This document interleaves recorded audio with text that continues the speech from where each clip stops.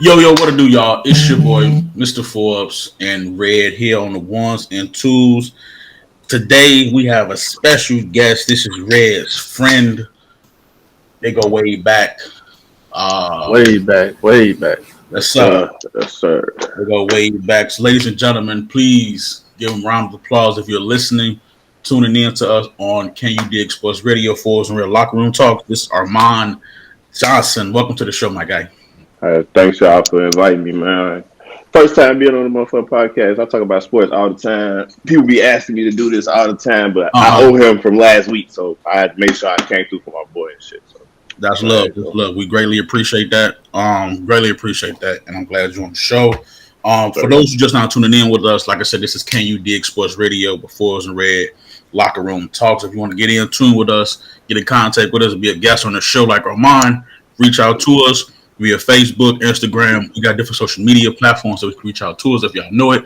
We'll give it another description later. But if you want to get in contact with Can You Dig Sports Radio, reach out to us at 1833 Radio BX. Again, that is 1833 Radio BX. Red, what else can they do? Find us at My Tuna Radio app and also MyJukeboxRadio.com. You click on MyJukeboxRadio.com, click on the Can You Dig Sports Radio. That's where you can find us and this interview and many more coming soon. Yes, sir. Yes, sir. First and foremost, Armand, man, so, tell the people who you is, man, what you do. You know, you told us a little bit behind the scenes about who you are. You know, so tell the fans out there who you are, man, what you do. yeah, so born and raised Chicago from the South Side, you know what I'm saying? Went to school with your boy over there for a little while. Graduated King, went to King College Prep on the low end and shit. I play a little sports and shit. I dabble, I always used to get into it with the coach or whatnot. He like my brother. My brother used to play for King, so I barely used to play, but I definitely used to give motherfuckers buckets. But I ain't gonna be on here lying and shit talking about I was just hooping on the team because I'd be on there, I'd be off of there, I'd be on there, I'd be off there. But I definitely play basketball. That's like in our blood and shit. But I graduated from King. I didn't want to do the college route, so I went to the Navy. Started off in San Diego, then went to Japan for like 3.5 years. Came back home. Was in Washington State for a year, and now I'm down in Florida. I've been here for 2 years, going on 3, and this is my last year in the military. I'm done with that shit. I did all the years I could do. It's time for me to move on, do something else. But that's where I'm at with it right now. So what you got planned for after you done with the military? Yeah, right now, doing what I'm doing in the military because I'm a bosun mate. Everybody knows what that is, but I work with different stuff like rigging, crane operations, driving small boats. I could do that in the civilian world and get paid damn near triple what I'm getting paid right now. So it don't make sense to just kill myself and do 20 years, then get out and then go do that. I'd rather get out now while I'm good, while I'm still young. So probably just doing military-like shit as a civilian. Pays better, and that's where it's really at. This military stuff, it ain't really for us anyway. Exactly. So it was a means to an end, got me to where I needed to get to, and that's how I be advocating for people to use the military, especially African American people. I be telling them like we don't even belong in the military. The military gonna use you. They're gonna use your body. They're gonna use you for your time. And they're not gonna say sorry. So use them and get what the fuck you need and get the hell on and keep living your life. Yes, sir. And speaking of that, what made you go to the military route, the Navy? I know you said college went the route. You went straight to the Navy. So what made you go that route? Well, like background wise, I had a father who was in the military, but he only did 4 years. He was in the Navy. He was a intelligence specialist during the Gulf War. He did his little 4 years. He used to play basketball. So, he from Chicago. He went to Hirsch back in the day. He was a star basketball player at Hirsch.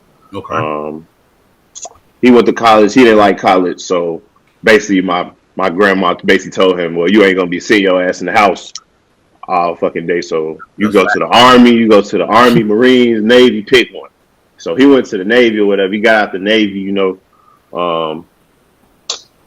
was playing basketball in college. He was at Lewis University. Did like 2 years or whatever, but then he went to the military, did his 4, got out. Then he was working for the Joint Commission. Then he became he was a cop. Then he retired. He don't even live in Chicago anymore. He lived down in Texas, but he always used to be on some weird ass shit, like be like, y'all go to college, y'all know y'all go to the Air Force or the Navy. He never said Army or nothing because I guess he didn't want to see no combat. Even though I done seen plenty crazy shit in the Navy, but I just knew because like my mindset wasn't even built for college. Like from an early standpoint, like when I was a kid and shit, like my mama and all these other motherfuckers used to push that shit down our throat. And like by the time I got older and shit, I was burnt the fuck out. So I was just like, I ain't gonna go to school and waste nobody money and shit if I know I'm gonna be in that bitch. I'm smart as shit. He could tell you that. Like I always been smart as hell. I just be burnt out. That shit not interesting to me. I got a short ass attention span. So I knew if I went to college, I was gonna be wasting money. And two, I'm not trying to be in debt. Talking about some pay these student loans and shit. So it was anybody that went to school with me could tell you my senior year, everybody knew. It was like, bro, I been saying I was going to the Navy just because off the strength. Like I ain't even trying to do the college thing. So that's how I ended up doing that. But like I said earlier, it was just a means to an end. Like I know I could do that. And my brother was playing ball in college. It was like the parallels be crazy. Like my brother was playing ball in college and some shit happened. So he left college. He was at Wilbur Wright up north playing basketball. And he left Wright, went to the Navy, and he was in there for a year before I was in there. So he was already telling me like what it was and what it ain't. Like when you go to boot camp, how they be fucking with you, but it's all like a little mind game and shit. And like we could just keep it a bean on the podcast. Like I ain't never felt patriotic and shit. I'm just gonna say that. Like everybody be like, thank you for your service and shit. Like I'm not scared to serve. It is what it is. Like you can lose your life, but like I don't feel no type of patriotism. It's just for me, it's a means to an end. Like I said, the Navy is gonna use you. They're gonna squeeze every ounce of life out your ass. So you gotta make that shit. You gotta make it what it is for you. If you want to do 20 years, like that's cool. Like do your 20. But if you know it's not for you, then just hitch your own wagon to your own horse, bet on yourself, and get the hell out. Because people will try to scare you and shit and be like, if you get out the military, what you gonna do? Man, bet on yourself. You only got one life to live. Ain't no point in being scared and shit. Get out there. Just make sure you got a plan. All right. So everybody that's listening, I do not advocate for you to just be out in these streets willy-nilly and shit with no plan. And make sure you got a plan and shit before you take off. But that's just what that is. But yeah. You went real hard. You went real hard down there, man. Shit, hey, I feel you. At least you honest. You feel at least you honest with it. A lot of people don't be honest with it. They want to be patriotic. Oh yeah, thank you for your service. I was just about to say thank you for your service. You know what I'm saying? But hey, hey, I'll take it. If somebody say thank you for your service, like I'll take that. Like I appreciate that. Like that's cool. It's just like when you know the history of the country and you know your history and you know what your people been through as black folks, the whole Colin Kaepernick shit and the kneeling for the anthem and shit, and how motherfuckers at work be trying to talk to us about this and shit, and you gotta sit there with this face because you're in the military and shit, but in the back of your head like, man, this shit ain't for us, but I'm just doing this shit because it's a job. They pay you twice a fucking month. That's a guaranteed check. Usually if the government shut down, our check already funded and shit, so I know I'm getting paid. The job really easy. It's just all that extra shit. The dog and pony show. The yes sir, no sir, go here, go that shit. Like I ain't really with that shit. And on top of that, like I said, it's just the military not for black people. Like Colin was saying, like you got people we fighting for freedom in America and shit, but our people is being fucking oppressed on, beat on, killed, all that other shit. That shit be in the back of our head. So I know a couple of, black people that I know that's my friends.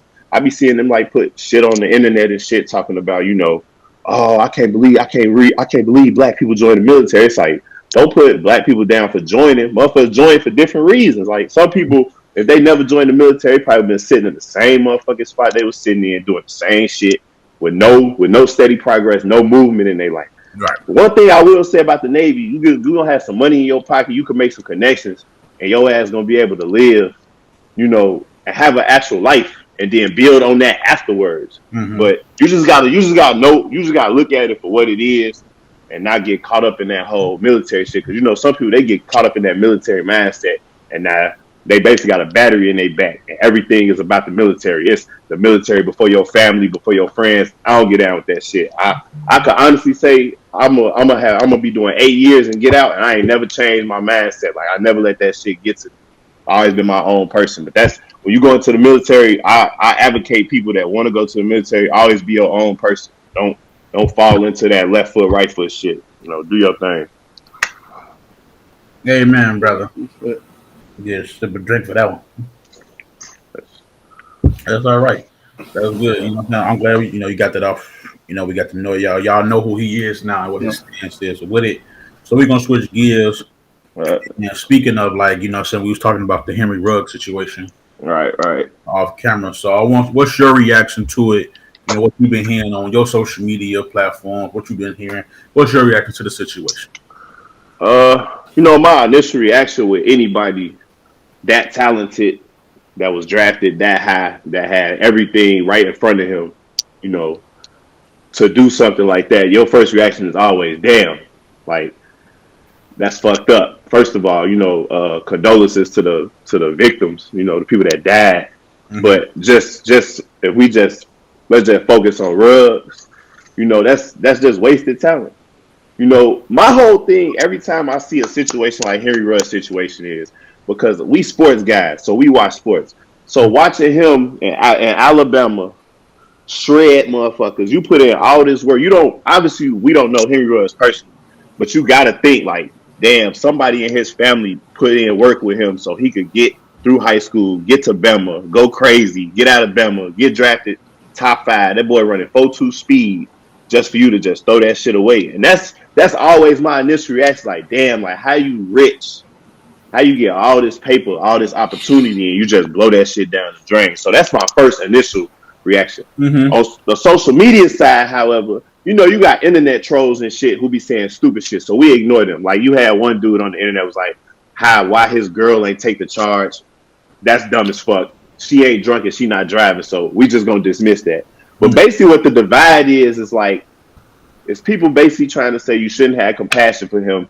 On the other side, people was like, everybody make mistakes.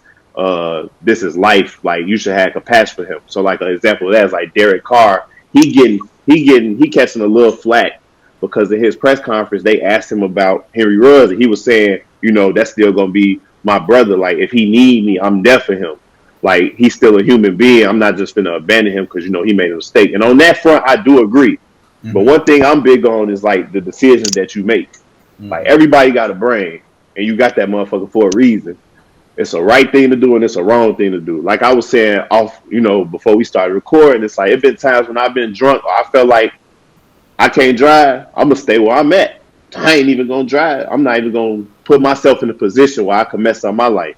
Mm-hmm. Like I was saying, like I'm in the military. I kill somebody and I'm doing 156. I'm getting court-martialed.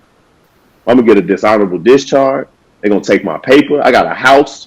I'm gonna have to I got all these factors in play. Your family looking at you and shit. So I think about that shit before I motherfucking put myself in a position where I'm about to piss off everything I work for. Mm-hmm. So that's pretty much where I'm at with the Henry Ruggs situation. It's just sad because he's so talented. You know what I'm saying? Like, you just never see shit like that coming.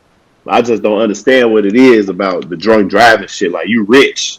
Like, you could have somebody take you home. Like, you ain't got to drive. Like, but it is what it is. Like, that's where I'm at with it. It's a shame. It's sad, but I feel you. I had the same situation because at first when I heard about the situation, I didn't know what was going on. I seen my boys, say it on Facebook like prayers for Henry Ruggs. I'm thinking like, he got in an accident, or something happened with his family, like he lost an OG or something, lost a brother, lost his kid or something. Ooh. But to come to find out what he did, going 156 miles an hour. I'm going to say 160. I'm going to round it up. You're going 160 miles an hour, and then you kill somebody. Right. And on top of that, they said you was drunk too.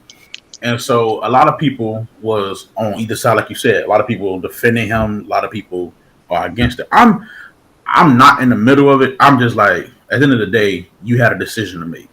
Right. You got in the car. You chose to get in your car. You already drunk. Then on top of that, you chose to drive 156 miles per hour. Then you hit this lady. Now that part was the mistake because we didn't know she was going to be in the middle of the street or wherever she was at. In the car. It did. So, I got a lot of backlash about it on social media. And then a lot of people was like saying like you make the right decision. Like you drunk, okay, get a key to somebody else. And talk about you a celebrity too. Right. Then on top of that, I heard he had a loaded gun in the car too. So obviously you was on some either suicidal or you in something. Like I said, like you said, we don't know you personally. Right. We just know you through talent. We seen you through high school, maybe elementary school, pop one or whatever. We seen you through this level. Your family did all this sacrificing for you to just throw it away and slap them in the face because you want to drive. You want to go do something that's going to jeopardize your life, and you putting your reputation and other people's reputation on the line. Nick Saban, one of the greatest college coaches, he had to give a press conference about it because that's your player. That was your former player.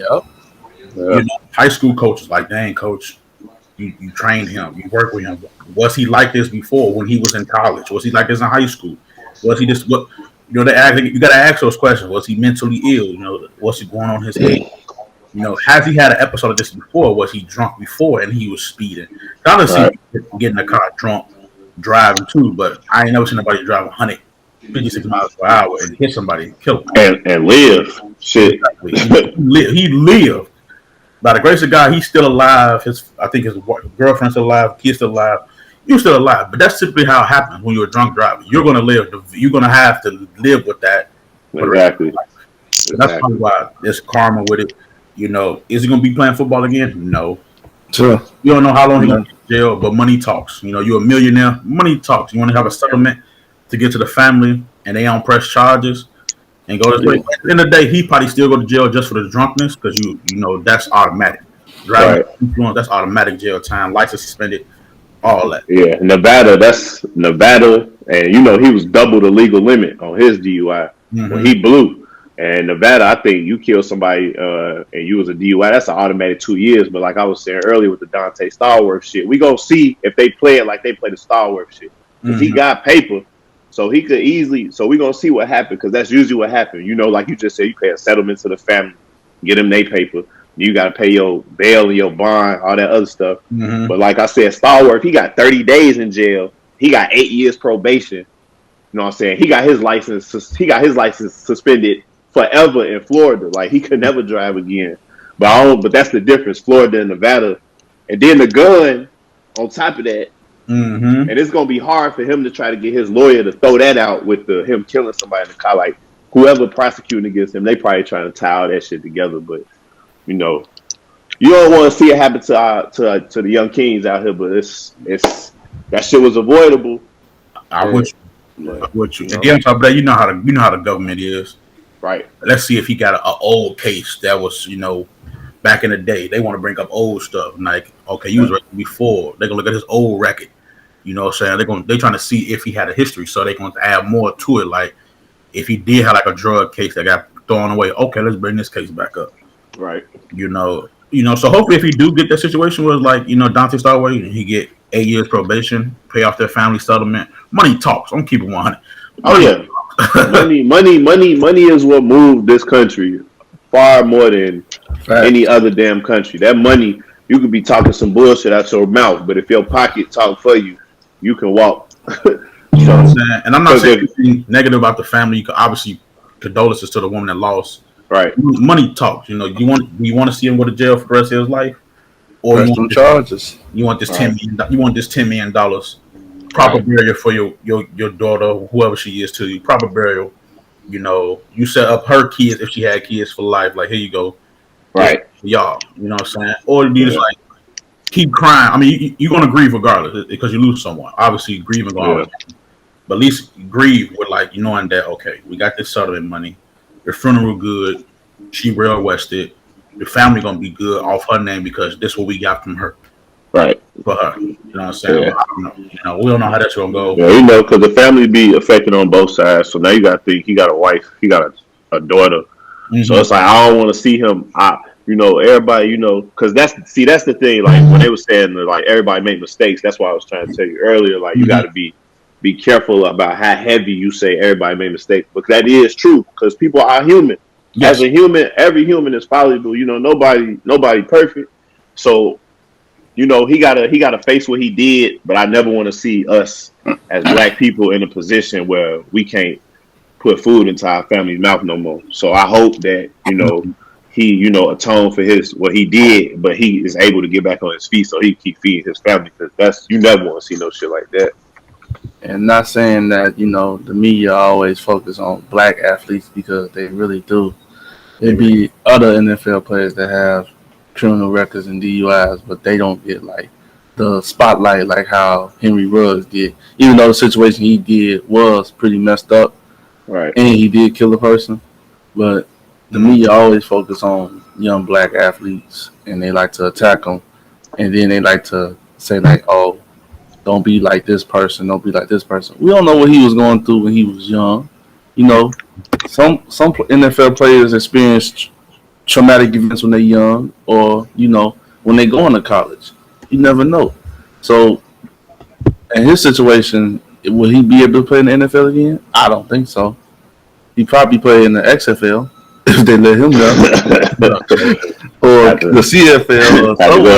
Had to take it up to Canada and shit. Canada accept you. They don't care about the United States record. Yeah. It's just like I just feel like the Raiders need another offensive threat because that hurts. They're doing pretty good. The Raiders organization is going through a hard time. They got the John Gruden situation. Now you got the Henry Ruggs situation, and then you got another teammate that had DUI on that situation. Shit, Josh Jacobs lucky. Josh Jacobs beat his shit. Yeah. I was just Jacobs beat him. So he beat his. It's a sad moment.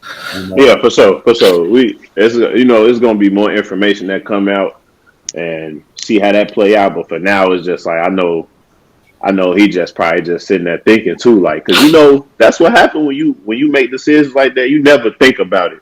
Any of us on this podcast right now can probably think back to a situation where we made a decision and wasn't even thinking about it until afterwards. I had to sit there with that shit, think about like, damn, like this shit could have been different. But once it's done, it's done. Ain't no point in even dwelling on it.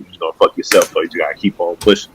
But yeah, and that's the thing too. I hope that's with him too. Like because that could be a mental thing where it's gonna eat at him a lot. Right, you actually kill somebody. You know what I'm saying? You could have killed yourself too, right? But you still alive. So now you got to face with this in your head for the rest of your life. Like, damn, I killed somebody. I was drunk. Why did I pick up? You know what I'm saying? What first and foremost, where were you at? If you was at the crib and you decided to walk out the crib, why the wife ain't called the police? Hey, look, he finna drive this car. Or take his keys or something. Right. Hey, somebody should have known what he was gonna do. You're a celebrity. You got like multiple cars, so which one you take? All them keys, you gotta find them. And sometimes they leave a key unlocked, and it's push to start. You ain't got no key. So I ain't gonna say that this is the case. Was like you said, we don't know where he was at. I'm pretty sure more of that shit is gonna come out as the trial go. But the thing about people that's rich and famous is they the breadwinner. So usually people around them, and that sucks because people around rich people not gonna tell them, "Hey, you fucking up," because they don't want to put themselves in a position where they not eating no more. Exactly. So that could very well be a situation where motherfuckers like, "Hey, Henry, man, don't do that shit." He like, "Man, who the fuck is y'all?" And he went and did his thing. Like, that motherfucker not gonna stop him. Because this might not be the first time he did some shit like this. It's just the first time he got into an accident and killed somebody. So, but that's why we say you gotta be careful when you're doing something, because people always get caught up in that mindset, like, man, this shit ain't never gonna happen to me, or let's see how long I could do this shit before some shit happen. But then you stop thinking about shit like that before you know it. What you always used to do and get away with, you just don't get away with that shit no more. And you gotta live with that. So, just peace to him, man, and whatever he got going on with him. Peace to that family. Yeah, because he got a lot going on. Neck injury, face all messed up. And I said it before, it's a waste of talent. You worked your ass off to get out of the gutter. Blow the bag, basically. Right. You wasted your time. You worked hard to get to where you supposed to be at. Yeah, you in the NFL. You did your job. You made it to the NFL. Right. You on TV. Every Sunday, you on TV. Your family can watch you every day. They can be on the court side. Not court side. Hell, court side if you play basketball, on the field with you. Hell, taking pictures on the field, going to the presidential suites and all that. You playing in front of thousands of fans, millions of people around the world are watching you. Right. Fans got your jersey. Kids looking up to you, saying, "Oh, I want to be Henry Ruggs, or I want to be so and so. I want to play just like him." Got your jersey, want an autograph and all that. And you can throw that shit away. Like And I the said, man is only 22 years old. Exactly. 22. I'm pretty sure it's only like his second year in the league. I think so. Yeah. He won't even really get in the bag yet. Exactly. He didn't even show what he could do yet. He still was scratching the surface for real. We already knew he did. We knew what he was capable of. Obviously, Alabama, he was going crazy. Obviously, any receiver from Alabama was going nuts. Oh yeah, for sure. You could be out on bail too. Sure, it's a factor. The man was driving a Corvette. Corvette going 156 miles per hour. Like, goddamn, boy. His bail is set for $150,000, but he facing up to 46 years in prison. Ooh. He ain't gonna do 46. I tell you that right now, he ain't gonna do 46. He gonna do something though. Yeah, like I said, I think this is gonna be different from Stallworth. Because Stallworth, he wasn't double the legal limit. They said that he admitted that he had a little something to drink when he killed that girl. But you can't throw this. Like, this ain't like Josh Jacobs shit. Like, your lawyer not that good. They're not gonna be able to throw out that fucking test. You gonna have to face that you was double the legal limit. Like, yeah. So double, like you double. That means they could be on and then they can go at it like, okay, you was on some suicidal shit too. You got a gun in the car. I mean, don't get me wrong. A lot of black motherfuckers, we all got guns in the whip. Yeah, you know what I'm saying. But see, in our case, we minorities. This nigga is a celebrity. Right. Feel me? Now, unless you in some real shit in Nevada, like would you ever got some shit going on in Nevada? Then you carry your gun. But at the same time, most celebrities got bodyguards. And on top of that, you're an athlete.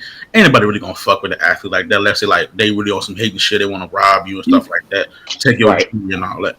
But at the same time, dog, whatever. Killed the dog too.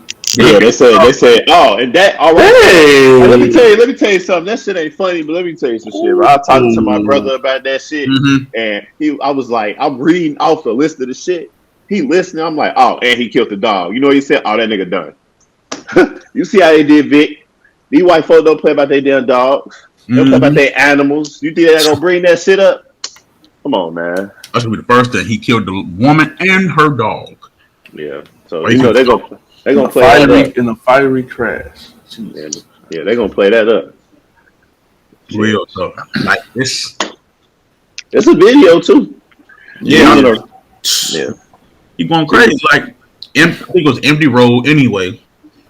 Like middle of the night type shit. Like, bro, chill. Right. Young, but hey, at the end of the time, it's still you young. You know what I'm saying? Young. You got this paper. Your account looking real good. You see commas in there. You got on jewelry, real VVS's, not that fake stuff. Playing the sport that you love too. Invincibility. That's what that's all that shit equal invincibility. And they mind.